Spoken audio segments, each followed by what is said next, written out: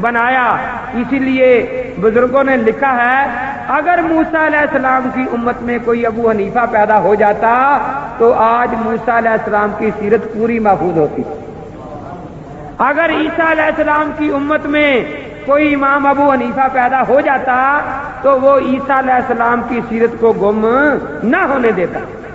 سیدنا امام اعظم ابو حنیفہ رحمۃ اللہ تعالی علیہ، ان کا یہ امت پر احسان ہے کہ آپ نے اللہ کے نبی کی سیرت کو محفوظ فرمایا۔ تو پہلا فرق میں نے اپنے پیغمبر اور پہلے نبیوں میں کیا عرض کیا؟ ان کی سیرت محفوظ نہیں، ہمارے پاک پیغمبر کی سیرت محفوظ ہے، اور یہ سیرت کی حفاظت بھی اہل سنت والجماعت کی صداقت کی بہت بڑی دلیل ہے، کیونکہ اللہ نے یہ کام اہل سنت والجماعت سے لیا۔ دوسرا فرق کیا ہے؟ پہلے انبیاء علیہ السلام کی مثال آپ ایسی سمجھیں جیسے گیس ہو۔ ایک گیس ایک گلی کو روشن کر سکتا ہے لیکن ساری دنیا کو روشن کرنے کا دعویٰ نہیں کر سکتا اور نہ ساری دنیا کو روشنی دے سکتا ہے۔ جتنے پہلے پیغمبر دنیا میں تشریف لائے وہ اپنے اپنے علاقے کے لیے نبی تھے، کوئی ایک شہر کے لیے وَإِلَىٰ مَدْيَنَ أَخَاهُمْ شُعَيْبًا، ایک شہر کے لیے شعیب علیہ السلام نبی ہیں، کوئی ایک قوم کے لیے نبی بن کر آئے، ساری دنیا کے لیے نبی بن کر آنے والے صرف اور صرف حضرت محمد الرسول اللہ صلی اللہ تعالی علیہ وسلم ہیں۔ تو آپ ساری دنیا کے پیغمبر ہیں، اور پہلے انبیاء علیہ السلام ایک ایک علاقے کے نبی تھے۔ آج عیسائی ایک ایک آنے کی انجیل لے کر ساری دنیا میں پھر رہے ہیں، لیکن کیا یہ عیسیٰ علیہ السلام کا حکم تھا؟ عیسیٰ علیہ السلام نے کبھی یہ نہیں فرمایا۔ متی کی انجیل اٹھائیں، لوکا مرکز کی انجیل اٹھائیں، ایک کنانی عورت آتی ہے، وہ اتنا آ کر کہتی ہے کہ اے ابن داؤد، اے داؤد علیہ السلام کے فرزند، میں بیمار ہوں، دعا کرو اللہ تعالیٰ مجھے صحت عطا فرمائے۔ تو عیسیٰ علیہ السلام فرماتے ہیں اے عورت میرے سامنے سے دور ہو جا، میں بنی اسرائیل کی کوئی ہی بھیڑوں کے سوا اور کسی کے پاس نہیں بھیجا گیا، اور مجھے یہ حکم نہیں دیا گیا کہ میں بچوں کی روٹی کتوں کے سامنے ڈال دوں۔ تو عیسیٰ علیہ السلام تو کنانی عورت کے لیے دعا کرنے پر بھی راضی نہیں، اور یہ آج انجیل لے کر ساری دنیا میں گھوم رہے ہیں، عیسیٰ علیہ السلام کی مخالفت کر رہے ہیں۔ اصل میں دھوکہ ان کو یہ لگا کہ چونکہ عیسیٰ علیہ السلام جب دوبارہ نازل ہوں گے تو وہ رسول اکرم کے نائب ہوں گے، حضور کی نبوت ساری دنیا کے لیے ہے، اس لیے اس وقت جو حضور کی شریعت کی تبلیغ کریں گے وہ ساری دنیا کے لیے ہوگی۔ تو ان کے اس حکم سے ان عیسائیوں کو دھوکہ لگ گیا۔ تو بہرحال جس طرح عیسیٰ علیہ السلام نے فرمایا اے عورت دور ہو جا، کیا حضرت صلی اللہ علیہ وسلم نے فرمایا کہ بلال اٹھ کر چلے جاؤ، تم حبشے کے رہنے والے ہو، میں تو صرف عرب والوں کا نبی ہوں؟ کبھی فرمایا صہیب تم تو روم کے رہنے والے ہو، اٹھ کر چلے جاؤ میں تمہارے لیے نبی بن کر نہیں آیا؟ کبھی سلمان فارسی سے یہ فرمایا کہ سلمان تم تو فارس کے رہنے والے ہو، تم میرے ساتھ نماز نہ پڑھنا؟ عداس تم تو نینوا کے رہنے والے ہو، تم یہاں کیوں بیٹھے ہو، جاؤ۔ لیکن اللہ کے پیغمبر نے فرمایا کہ جس طرح خدا کا سورج دنیا کے ہر علاقے میں چمکتا ہے، نہ وہ یہ دیکھتا ہے کہ ان کا رنگ کیا ہے، نہ یہ دیکھتا ہے کہ ان کی زبان کیا ہے، وہ تاریخی جغرافیائی حدود کی قید سے آزاد ہے، اسی طرح میری نبوت ساری دنیا کے لیے ہے۔ یہ بات سب مسلمانوں کی اتفاقی بات ہے۔ اب میں آپ سے پوچھنا چاہتا ہوں کہ یہ بات صحیح ہے یا غلط؟ اب ساری دنیا میں اللہ کے نبی کا پیغام پہنچے تو پھر ہی یہ بات ثابت ہونا کہ حضور کی نبوت ساری دنیا کے لیے ہے۔ تو کیا آپ کے علاقہ میں قرآن لے کر حضرت خود تشریف لائے تھے یا کوئی اور حضرت پہنچے ہیں؟ کیا خیال ہے؟ ساری دنیا میں دین پہنچ چکا ہے یا نہیں؟ یہ دین پہنچا اور اس طرح پہنچ چکا ہے کہ کوئی کافر بھی انکار نہیں کر سکتا. کوئی سکھ ہو، ہندو ہو، خدا کا بھی کوئی منکر ہو، وہ ابھی صبح کروٹیں لے رہا ہے، آنکھیں مل رہا ہے بستر پر لیٹا ہوا، پہلی آواز اذان کی اس کے کان میں پہنچتی ہے. کوئی کافر اذان سے اب اپنے کان کو بچا، اللہ کی توحید اور نبی کی رسالت کی گواہی اس کے کان میں پہنچ رہی ہے یا نہیں؟ تو یہ پیش گوئی پوری ہو چکی. پوچھنا میں نے آپ سے یہ ہے کہ یہ پیش گوئی کن کے ہاتھوں پوری ہوئی؟ تو یہ یاد رکھیں، میں نے بتایا تھا 4 ائمہ نے سیرت کو مرتب فرمایا ہے. ان میں سے آپ پوچھیں گے کہ امام مالک رحمۃ اللہ علیہ کے مقلدین کس ملک میں رہتے ہیں، تو لیبیا، اندس وغیرہ 1-2 علاقوں کا نام لے کر آپ خاموش ہو جائیں گے. امام شافعی رحمۃ اللہ علیہ کے مقلدین کہاں رہتے ہیں، تو مصر، انڈونیشیا وغیرہ کا نام آپ کے سامنے آ جائے گا. امام احمد رحمۃ اللہ علیہ کے مقلدین کہاں رہتے ہیں، تو سعودیہ کا نام آ جائے گا، نجد کے علاقے کا. لیکن جب یہ سوال آئے گا کہ امام اعظم ابو حنیفہ رحمۃ اللہ علیہ کے مقلدین کہاں رہتے ہیں، تو کیا آپ کسی ایک آدھ ملک کا نام لے کر خاموش ہو جائیں گے؟ آپ کو دنیا کے ہر ملک کا نام لینا ہوگا.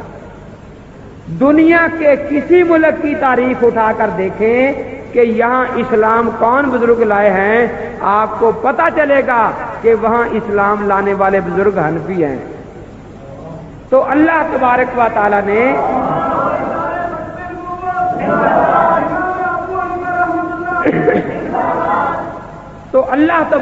تعالی نے یہ عظیم الشان پیش گوئی حنفیوں کے ہاتھوں پر پوری کروائی.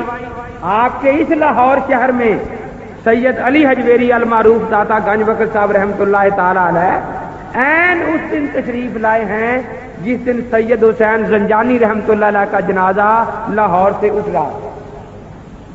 حضرت سید حسین زنجانی رحمۃ اللہ علیہ آپ کے پیر بھائی تھے. تو پہلے وہ پہنچے ہیں، بعد میں حضرت یہاں تشریف لائے. اور یہ صرف لاہور نہیں، ارد گرد کے یہ تمام اضلاع جو ہیں، یہاں نبی کا کلمہ پڑھانے والے سید علی حجویری رحمۃ اللہ علیہ، یہاں قرآن لانے والے سید علی حجویری رحمۃ اللہ تعالی علیہ ہیں، یہاں اللہ کے نبی کی احادیث لانے والے سید علی حجویری رحمۃ اللہ تعالی علیہ ہیں. اور یہ سارا علاقہ آپ کی ہاتھوں پر مسلمان ہوا ہے. تو اب دیکھنا یہ ہے کہ وہ کون تھے. وہ خود اپنی کتاب کشف المعجوب میں لکھتے ہیں کہ میں دمشق میں حضرت بلال مؤذن رسول صلی اللہ علیہ وسلم کی قبر پر بیٹھا تھا، مزار پر. تو بیٹھے بیٹھے اونگ آ گئی.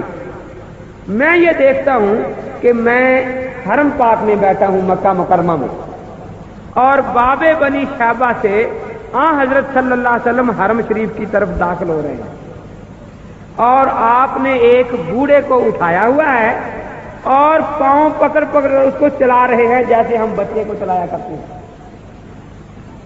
تو سید علی حجویری رحمۃ اللہ تعالی علیہ فرماتے ہیں کہ میں اٹھا اور حضرت سے مصافحہ کیا، ہاتھ کو بوسہ دیا. میں نے عرض کیا کہ حضرت یہ بوڑھے بزرگ کون ہیں؟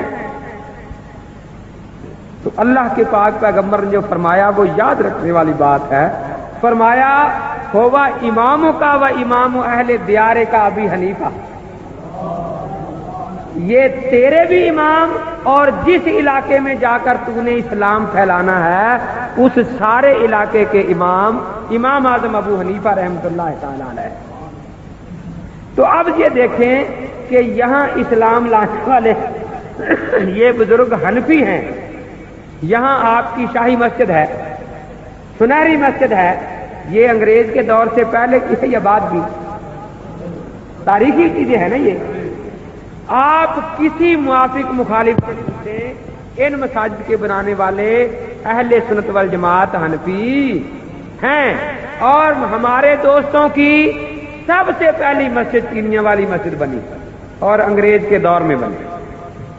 اس سے پہلے کی لاہور میں کوئی مسجد ان دوستوں کی موجود نہیں ہے.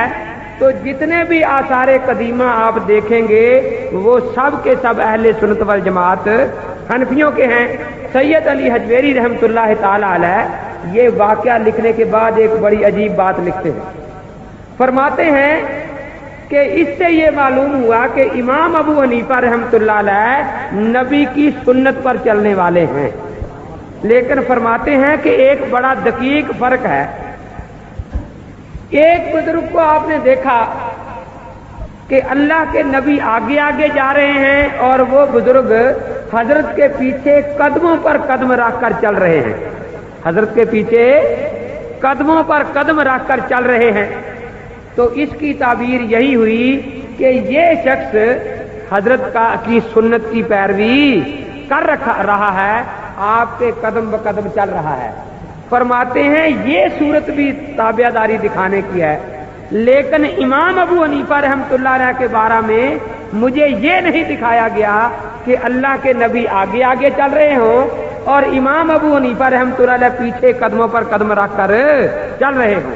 اگر یہ دکھایا جاتا تو پھر بھی یہی بات سمجھ میں آتی کہ امام ابو حنیفہ رحمۃ اللہ علیہ اللہ کے نبی کے تابعدار ہیں. لیکن مجھے جو دکھایا گیا وہ یہ تھا کہ امام ابو حنیفہ اپنی مرضی سے پاؤں بھی نہیں اٹھاتے. اللہ کے نبی جہاں رکھتے ہیں وہیں رکھتے ہیں.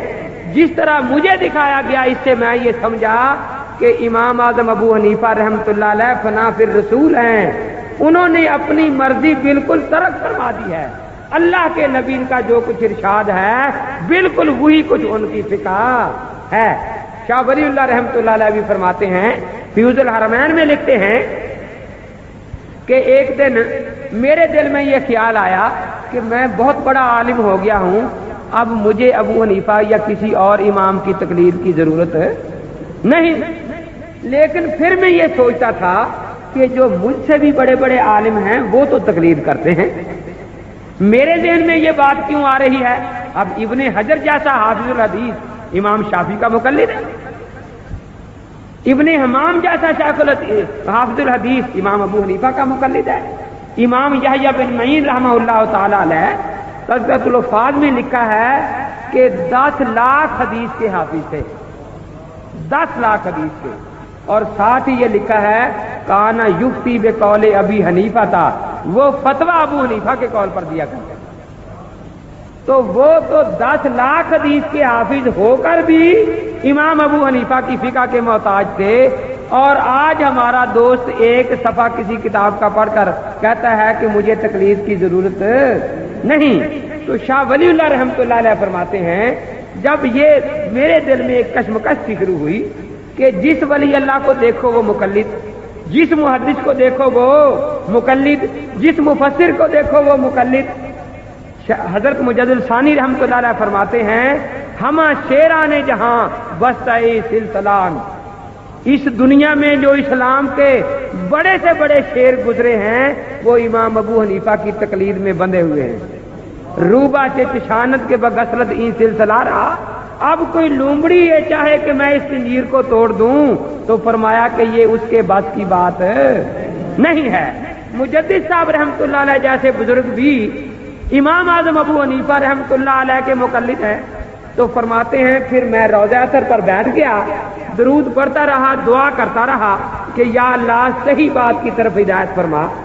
تو فرماتے ہیں اونگ طاری ہوئی اور میں نے امام اعظم ابو حنیفہ رحمۃ اللہ تعالی اللہ کے پیغمبر حضرت محمد الرسول اللہ صلی اللہ علیہ وسلم کی زیارت کی. تو آپ نے فرمایا کہ یہ بات یاد رکھنا، چاروں اماموں کی تقلید سے باہر نہ نکلنا. شاہ ولی اللہ رحمۃ اللہ علیہ کو فرمایا. تو فرماتے ہیں پھر میں نے عرض کیا کہ حضرت ان چاروں میں سے آپ کے سنت کے سب سے زیادہ قریب کون ہے؟ تو فرمایا ان فی مذہب الحنفی طریقۃ انیقۃ وہو اوفق المذہب بالسنت، کہ مذہب حنفی سب سے زیادہ پاکیزہ اور ستھرا طریقہ ہے اور یہی سنت کے سب سے زیادہ قریب ہے. معاذ راضی ایک بہت بڑے محدث ہیں، وہ فرماتے ہیں کہ مجھے کسی نے یہ بتا دیا کہ امام ابو حنیفہ رحمۃ اللہ علیہ کی فقہ حدیث کے خلاف ہے، اس لیے میں ان کی فقہ کی کتاب دیکھنا بھی پسند نہیں کرتا تھا. ایک دن میں سویا ہوا تھا، حضرت صلی اللہ علیہ وسلم کی زیارت ہوئی. تو میں نے خواب میں دیکھا، میں اٹھا ہوں اور حضرت سے مصافحہ کیا اور میں نے کہا کہ حضرت لوگوں میں بڑا اختلاف ہے، میں آپ کو کہاں تلاش کروں؟ تو اللہ کے پاک پیغمبر نے فرمایا اندہ علم ابی حنیفہ، ابو حنیفہ کے علم میں مجھ کو تلاش کرو۔ تو دیکھیے ان کو مبشرات کہتے ہیں۔ قرآن پاک میں یہ آتا ہے کہ اللہ تبارک و تعالی مبشرات کے ذریعے بھی بعض لوگوں کی ہدایت فرما دیا کرتے ہیں۔ تو سیدنا امام اعظم ابو حنیفہ رحمۃ اللہ تعالی علیہ انہوں نے ہمیں اللہ کے نبی کی سنت اور صحابہ کا فہم ہم تک پہنچایا۔ ایک واقعہ اور یاد آیا، کلمات رحمانی میں وہ چھپا ہوا ہے۔ مولانا محمد ابراہیم صاحب آروی ایک بزرگ تھے جو تقلید نہیں کرتے تھے اور رات دن فقہا کے خلاف باتیں کیا کرتے تھے۔ حضرت مولانا محمد علی صاحب مونگیری رحمۃ اللہ علیہ حج کے لیے جب تشریف لے گئے تو یہ صاحب بھی وہاں حج کے لیے تشریف لے گئے ہوئے تھے۔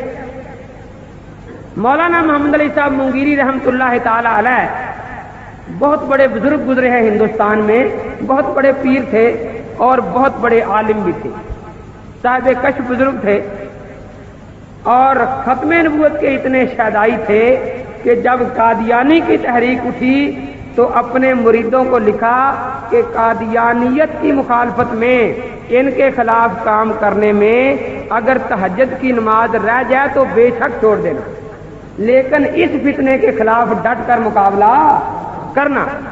تو فرماتے ہیں میں ایک دن حجر اسود کے پاس کھڑا ہوں، وہ مولوی محمد ابراہیم صاحب روتے ہوئے میرے پاس آئے، آ کر کہنے لگے کہ میں آپ کے ہاتھ پر توبہ کرنے آیا ہوں۔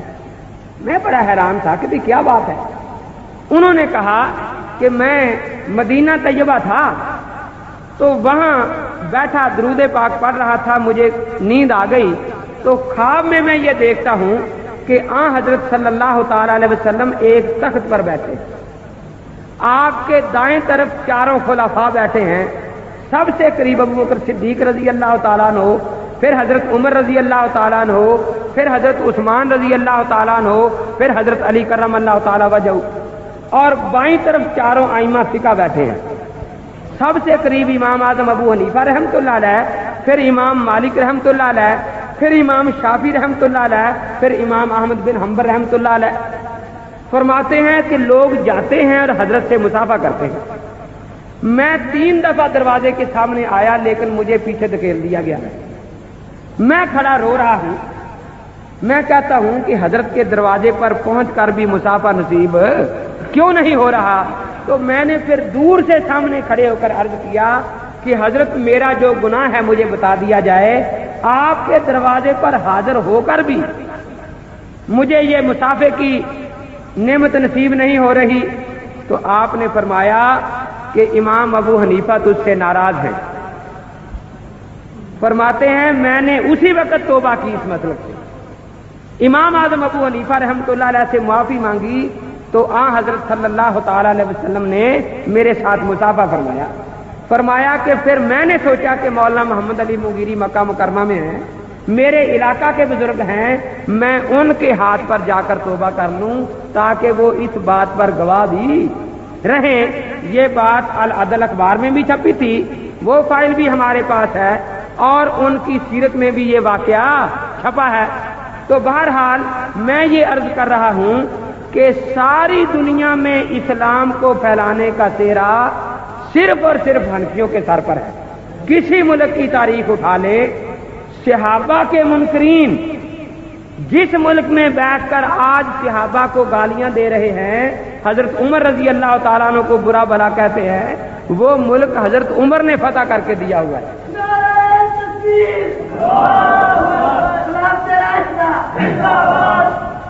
تو اسی طرح کوئی منکر صحابہ یہ نہیں کہہ سکتا کہ دنیا کے فلاں ملک کی ایک تحصیل میں ہم نے اسلام پھیلایا ہے۔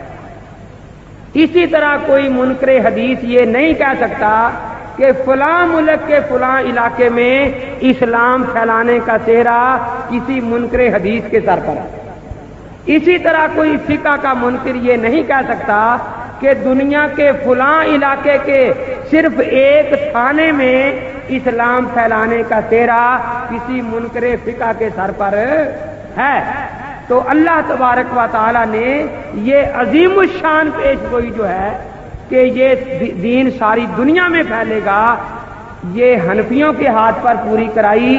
جتنے مجاہدین ان علاقوں میں فاتح بن کر آئے وہ سارے حنفی تھے، جتنے بادشاہ اس علاقے میں پہنچے وہ سارے حنفی تھے، جتنے اولیاء اللہ ان علاقوں میں آئے وہ سارے، جتنے محدثین یہاں پہنچے وہ سارے کے سارے حضرت علی متقی صاحب کنز الاموال آپ کے ہندوستان کے ہیں، جنہوں نے سب سے بڑی حدیث کی کتاب کنز الاموال مرتب فرمائی ہے، وہ آپ کے علاقے کے حنفی بزرگ ہیں۔ مشارق الانوار لکھنے والے حنفی بزرگ ہیں، اور اسی علاقے میں یہ کتابیں انہوں نے بیٹھ کر لکھی ہیں۔ مزار حق مشکات شریف کا ترجمہ اشعت اللمعات لکھنے والے یہاں کئی حنفی بزرگ ہیں جنہوں نے حدیث کی شروع اور حواشی لکھے ہیں۔ تو اللہ کے نبی کا کلمہ، خدا کا قرآن ساری دنیا میں لے کر جانے والے حنفی ہیں، جن کے ہاتھ پر یہ عظیم الشان پیش گوئی پوری ہوئی، ان کی صداقت میں شبہ نہیں کیا جا سکتا۔ تو اللہ کے نبی کی سیرت کے محافظ بھی یہی، اللہ کے نبی کی سیرت کو ساری دنیا میں پہنچانے والے بھی یہی۔ ایک مختصر بات کہہ کر میں ختم کرتا ہوں۔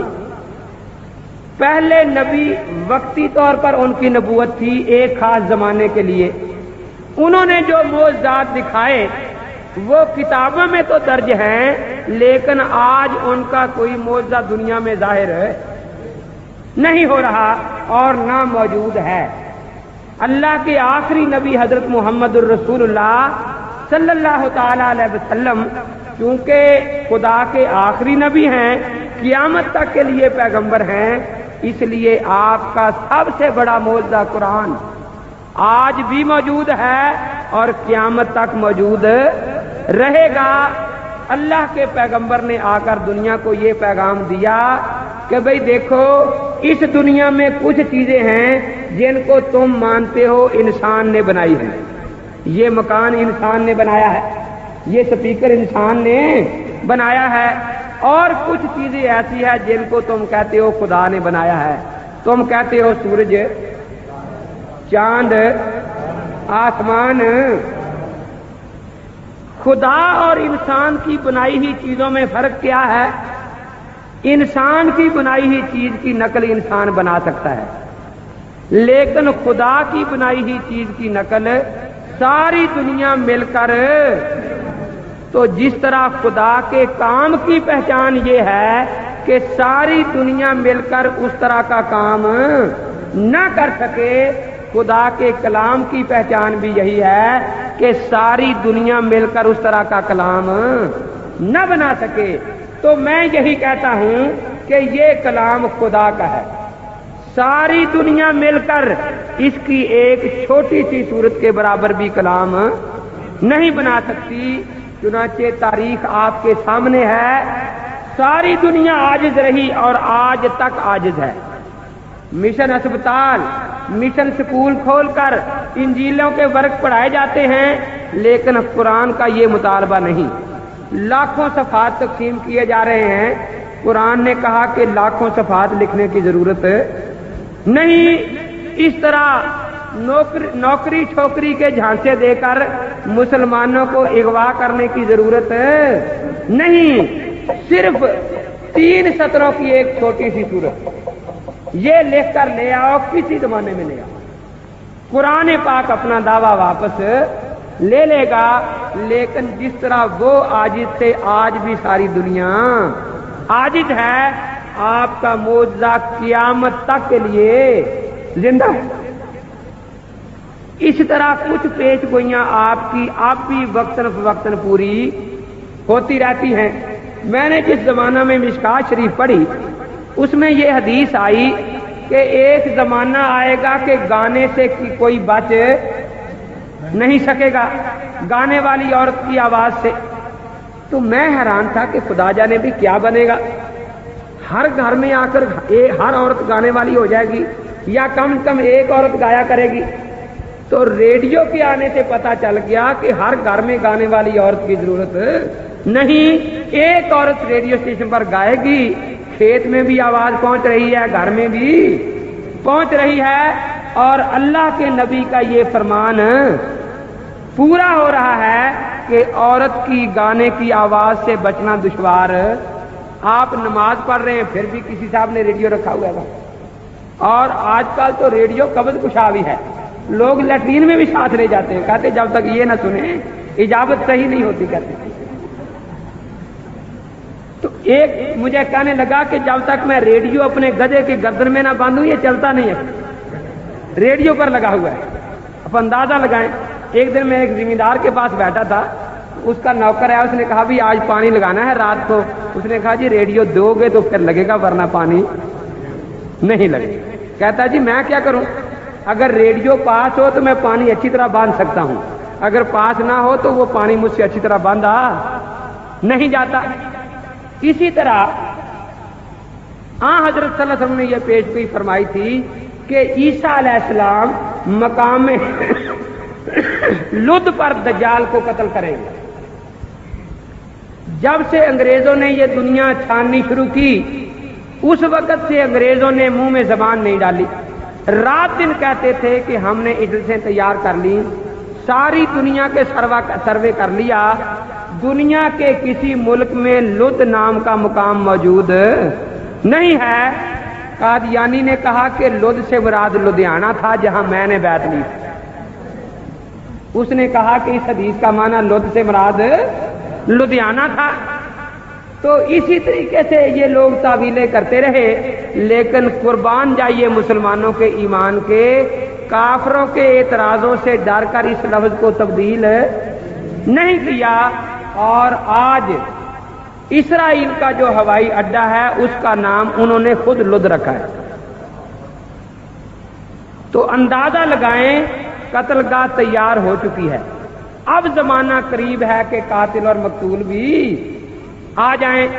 تو دیکھیے آخری زمانے میں جو بات ہونے والی تھی, کافر یہ کہتے رہے کہ ہمیں جغرافیے میں یہ شہر نہیں ملتا, لیکن خدا نے کافروں سے وہ نام رکھوا لیا کہ بھئی یہ شہر ہے. اور یہیں پر بیت المقدس کے ہی علاقہ میں دجال اور مسیح علیہ السلام کا مقابلہ ہوگا اور دجال کو یہاں قتل کر دیا جائے گا. دجال جھوٹا مسیح ہے اور عیسیٰ علیہ السلام سچے مسیح ہیں. وہ مسیح ہدایت ہے, یہ مسیح ضلالت ہے. تو اس قسم کی کئی پیش گوئیاں آپ نے یہ بھی پیش گوئی فرمائی کہ ایسے لوگ میری امت میں پیدا ہوں گے جو یہ کہا کریں گے کہ ہمیں خدا کا قرآن کافی ہے, اللہ کے نبی کی سنت کی ضرورت نہیں. آپ کے شہر میں ٹینیاں والی مسجد کا ایک خطیب تھا جس کا اصل نام تھا غلام نبی. اس نے پھر اپنا نام رکھا عبداللہ چکڑالوی, چکڑالے کا رہنے والا تھا. اس نے یہاں اس فتنے کی ابتدا کی اور کہا کہ مجھے قرآن کافی ہے, نبی کی سنت کی ضرورت نہیں. 14ویں صدی میں یہ پیشگوئی پوری ہوئی تاکہ 14ویں صدی کے مسلمان بھی سمجھیں کہ اللہ کے نبی کی پیش گوئیاں ہمارے ایمان کو تازہ کرنے کے لیے آج بھی پوری ہو رہی ہیں. اسی طرح مجمع الزوائد میں طبرانی کے حوالہ سے روایت ہے, حضرت صلی اللہ علیہ وسلم نے فرمایا کہ میری امت کے آخری زمانہ میں ایسے بیوقوف لوگ پیدا ہوں گے جو میری امت کے علماء اور فقہا پر نکتہ چینیاں کیا کریں گے. تو آپ کے سامنے وہ لوگ بھی موجود ہیں جن کو ایک سطر بھی صحیح اردو کی لکھنی نہیں آتی, لیکن کوئی کہتا ہے جی میں ہدایت کی غلطیاں نکال سکتا ہوں, کوئی کہتا ہے جی میں عالمگیری کی غلطیاں نکال سکتا ہوں. تو اللہ کے پاک پیغمبر کی یہ پیشگوئی بھی پوری ہو گئی. تو اللہ کے نبی کے معجزات دنیا میں قیامت تک ظاہر ہوتے رہیں گے. تو میری اس مختصر تقریر کا خلاصہ یہ ہے کہ میں نے اہل سنت والجماعت کا معنی آپ کے سامنے عرض کیا, اور یہ عرض کیا کہ ہم حنفی کیوں کہلاتے ہیں, اور پھر میں نے 3 باتیں آپ کے سامنے رکھیں کہ اللہ کے نبی کی سیرت محفوظ ہے, ایک نقطہ بھی گم نہیں ہوا, اور یہ صحرا ائمہ مجتہدین کے سر پر ہے, اور یہ چاروں اہل سنت والجماعت ہیں. اور دوسرا یہ کہ خدا کے نبی ساری دنیا کے لیے پیغمبر ہیں اور ساری دنیا میں اسلام کے پھیلانے کا سہرا حنفیوں کے سر پر ہے، ان کے ہاتھوں پر یہ عظیم الشان پیش گوئی پوری ہوئی ہے۔ اور تیسرا یہ کہ ایسی پیش گوئیاں موجود ہیں جن سے آج بھی پتہ لگ سکتا ہے کہ کون حق پر ہے کون باطل پر ہے۔ وآخر دعوانا ان الحمدللہ رب العالمین۔ استغفر اللہ تعالی رب اللہم صلی علی سیدنا مولانا محمد النبی الامی وعلی آلہ وصحبہ وسلم۔ ربنا ظلمنا انفسنا وان لم تغفر لنا